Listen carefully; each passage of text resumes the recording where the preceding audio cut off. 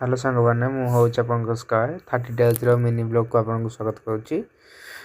आमे 3 जण एबे बाहरिलु भुवनेश्वर अभिमुखे। रास्ता रे गोटे जाय रही टिफिन कलु भलो टिफिन थिला। तापरे रास्ता क्रॉस कलु धीरे सुस्ते दीपट साइड देखि कि ना बहुत गाड़ी स्पीड। आज्ञा मते एठी गोटे कथा कहंतु ए रास्ता रे लोक गाड़ी चलेइबे ना रास्ता रे पोस्टर पढिबे। एबे आमे आसी पहुंची गलु RT office Bhubaneswar Chandrashekharpur.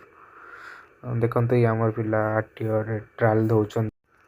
RTO रे काम सरी आमे फिर से बाहरी गलु जंगल व्यू अभिमुखे।